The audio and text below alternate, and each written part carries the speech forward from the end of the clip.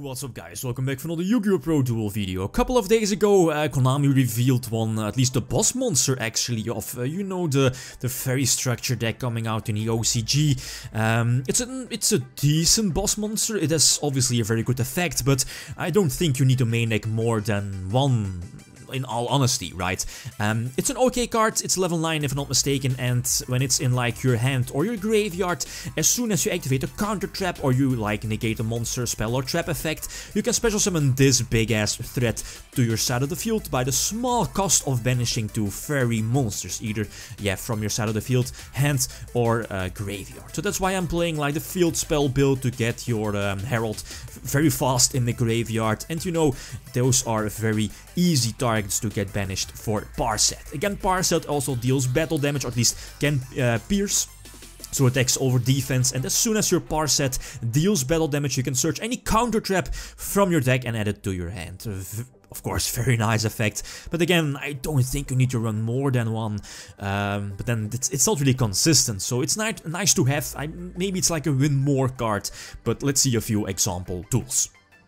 Alright, first example, and opening Bountiful Artemis with Card of the Mice. That's like the lovely shenanigans of like a counter fairy player. I'm not a huge counter fairy deck fan, but again, Card of the Mice still at 3 in the TCG is definitely helping this deck. I prefer Card of the Mice over, you know, Tires of the Breath. Eventually, I think, yeah, indeed, negate his...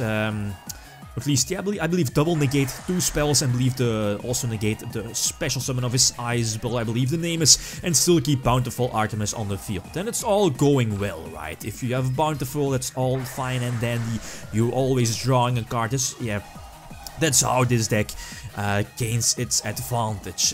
It's again not fun to play against counter fairies, but still, Kaiju is like an easy out to get rid of Bountiful Artemis, and I still have my Parshath in the grave, I believe from my first turn. So eventually use Shutline. Shutline is like a tricky card to play. I rarely set it first turn, but you kinda set it in the same zone as where your opponent already has like something set. So unless your opponent's activating the same card during the same end phase that you set Shutline, then Shutline should pretty much be live like always, depending on what your opponent has set, of course, in the same column.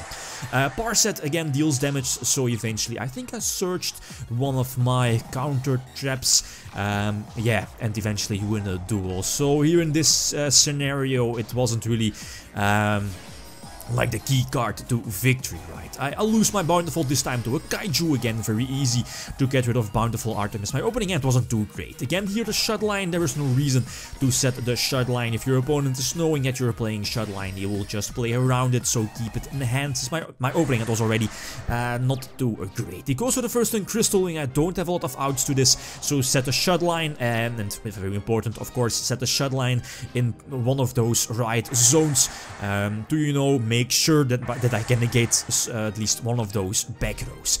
I think my only out here to Crystalling is like honest, right? So hopefully get a Card of the Mice off, and yeah, he does have Ghost Ash, but I think I have to negate the Ghost Ash, right, with my counter trap, and eventually go for this attack over, try to attack over the Crystal Wing. He does use a strike, not in the same column as my set card, so that's a nice play on his part, but sadly for him, I do have another counter trap ready to negate the activation, but again I have to sacrifice one trap card from my hand. I'm not really sure which trap it was, but again that sets me back by a lot. There is finally the Ariadne, but I think I just have to set it. You know, I'm very low on life points, and I have to use a strike here on the special effect of Ice Bell.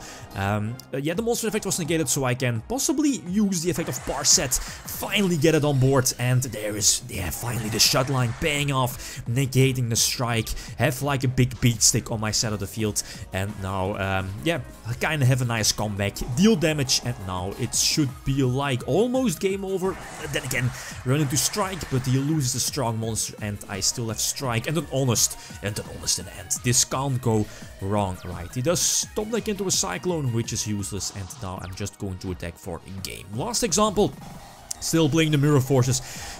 Yeah, you could playtest, I believe the Quaking Mirror Force, Earth Mirror Force is a bit better compared to Drowning, but still going into Link format, it might be safer to run the Drowning Mirror Force over the Quaking, or maybe even the regular Mirror Force as well. So that's up to you if you, yeah, eventually are playtesting this as well. He has that nice first turn setup of, yeah, you know, Dragon's Ravine, the new Drake, I believe its name is, not really sure.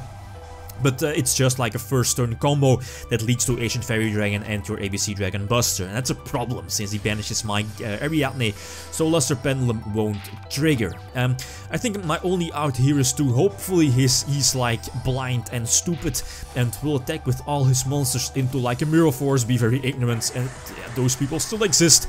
They prevent, or at least they don't think about the Mirror Force, or yeah, don't really care about Mirror Force and think what are the chances. But yep, he's one of those guys. So flip over the Drowning. So I'm still in the duel. Normal summon the Zeratul, indeed, so you see that the Herald indeed to attack over this monster, I believe, and use Punishment to negate the effect. So hopefully he's not top decking any ABC monster, and then I might still be in the duel, but he does. So there is another ABC Dragon Buster. And now I pretty much lost the game, right?